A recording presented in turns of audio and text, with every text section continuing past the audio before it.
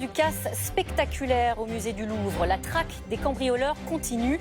Le musée restera finalement fermé aujourd'hui et les questions autour de la sécurité se multiplient.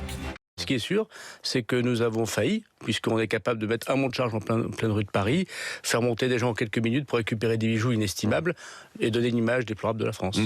Ce soir, on vous emmène au pays de l'absurde et malheureusement, c'est chez nous. La couronne de l'impératrice, créée à une époque où la France rayonnait, retrouvée brisée dans le caniveau, cabossée à l'image de la France de 2025. C'est une amputation. C'est une perte sèche. C'est pas du même niveau. Non, mais c'est une amputation collective. Si même le Louvre est cambriolable, alors il n'y a plus rien qui est en sécurité dans notre pays. Notre patrimoine, notre histoire subiront le même sort qu'une voiture volée dont on revend les pièces. Je fais un parallèle peut-être un peu stratosphérique, mais ça me fait penser lorsqu'on a assassiné deux professeurs, Samuel Paty et Dominique Bernard. On parle des valeurs de notre pays, de ce que l'on transmet. Plusieurs syndicats avaient déjà alerté sur la baisse du personnel de surveillance au musée du Louvre.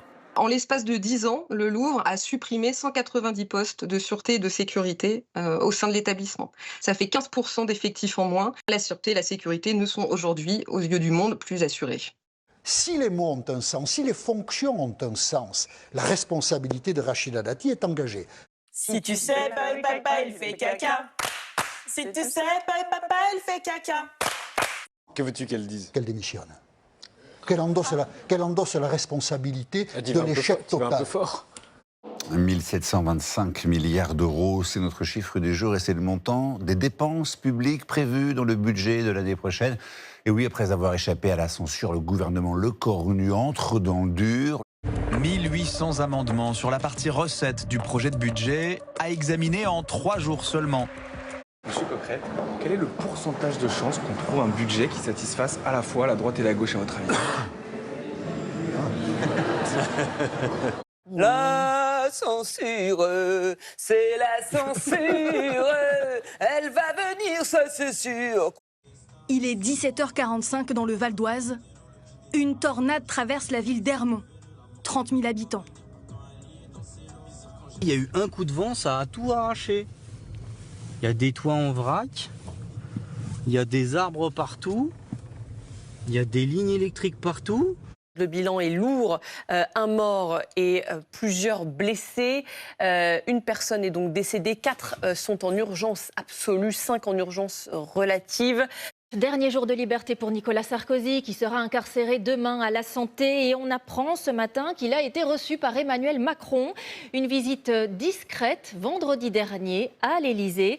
À la veille de l'incarcération de Nicolas Sarkozy, une vague de soutien lui vient de Mayotte. Aujourd'hui, dans la commune de Bandrélé, une prière a été organisée en faveur de l'ancien président de la République. J'irai le voir d'ailleurs en prison. Comme garde des Sceaux, j'irai m'inquiéter. Vous irez voir Nicolas Sarkozy en prison? Je m'inquiéterai de ses conditions de sécurité. Nicolas Sarkozy dit qu'il lira ou relira au moins ces 2 livres. Le Comte de Monte Cristo qui narre, entre autres, les 14 ans de détention du héros, mais aussi une biographie de Jésus. Non mais de quoi on parle? De quoi on parle? On va mettre quelqu'un qui est présumé innocent en prison. Non mais ça nous l'avons dit, vous avez raison. Bah, c'est quand même essentiel. Mais c'est la loi. C'est la loi. En l'occurrence, il y a des milliers de gens qui sont présumés innocents et qui dorment en prison. Le 19 septembre 89, un DC-10 de la compagnie française UTA explose en vol. À son bord, 170 passagers, dont 53 Français perdent la vie. Le commanditaire, Abdallah Senoussi, n'est autre que le beau-frère du dictateur libyen Mouammar Kadhafi. Condamné à perpétuité, l'homme aurait bénéficié d'aide de la part de proches collaborateurs de Nicolas Sarkozy en échange d'un financement pour sa campagne de 2007. Au moment où la rencontre entre Donald Trump et Vladimir Poutine se prépare, elle se tiendra dans les prochains jours à Budapest, on en sait plus sur une autre rencontre, celle de Donald Trump et Volodymyr Zelensky de vendredi dernier à la Maison-Blanche.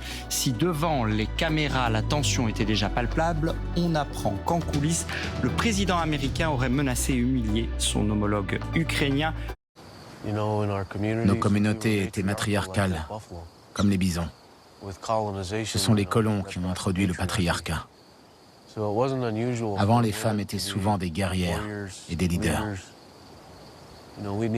Ça manque aujourd'hui. On a beaucoup de problèmes dans nos communautés, dans nos réserves, à cause de la colonisation, qu'elle a facilité d'une certaine manière.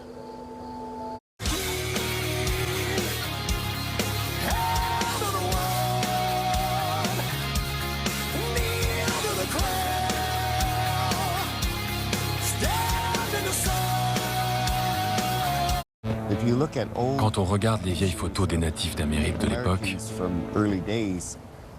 leur corps était pratiquement nu.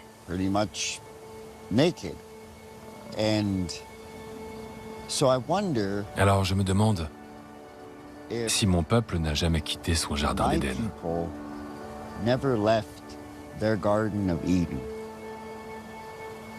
Ils n'avaient pas honte d'être qui ils étaient.